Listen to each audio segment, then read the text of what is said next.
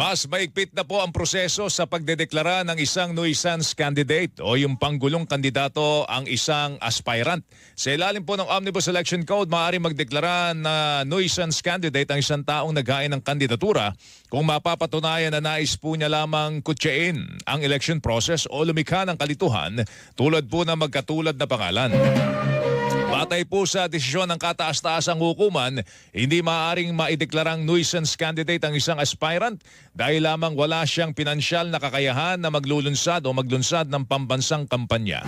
Hindi rin anila maaaring ideklarang nuisance candidate ang isang aspirant porket hindi siya kilala sa lipunan o wala siyang kinaanibang partido politikal. Ang sabi ng Supreme Court ay hindi pwedeng ma-declare na nuisance candidate ang isang tao dahil lang wala siyang financial capacity to launch a nationwide campaign. Sa ikalawang desisyon po ng Korte Suprema, tinanggal na rin po yung dahilan na hindi porket